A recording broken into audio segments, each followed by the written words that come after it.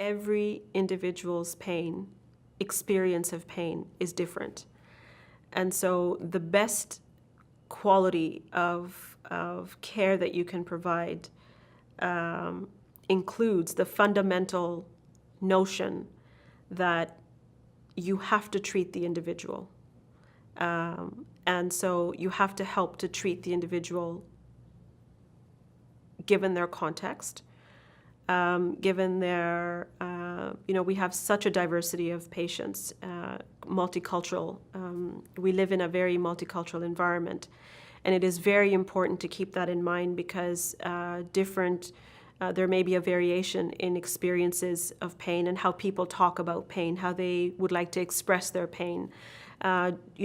Using language that's appropriate and sensitive and empathetic and listening to a patient. These are all very basic skills, but they go a very long way in helping to customize for patients what their pain management plan should look like.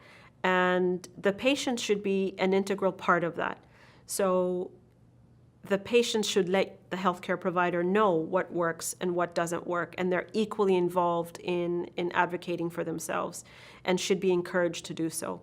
And I think that's, when you treat the individual and you understand where they come from and you understand the meaning of their pain, I think a comprehensive treatment plan becomes a lot easier to develop for that patient.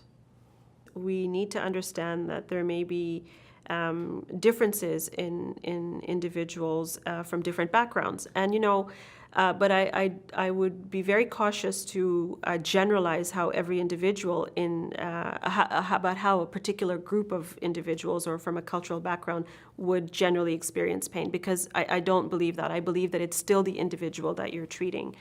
Some patients may feel discouraged about their disease process if they're experiencing a lot of pain. And when you start to understand the layers of what their experience is a bit better, they might not be taking their pain medication because of a certain reason. And so it's important to sort of, understand the patient, understand where they come from emotionally or how they interpret their health problems and what the meaning of pain is in the context of that health problem.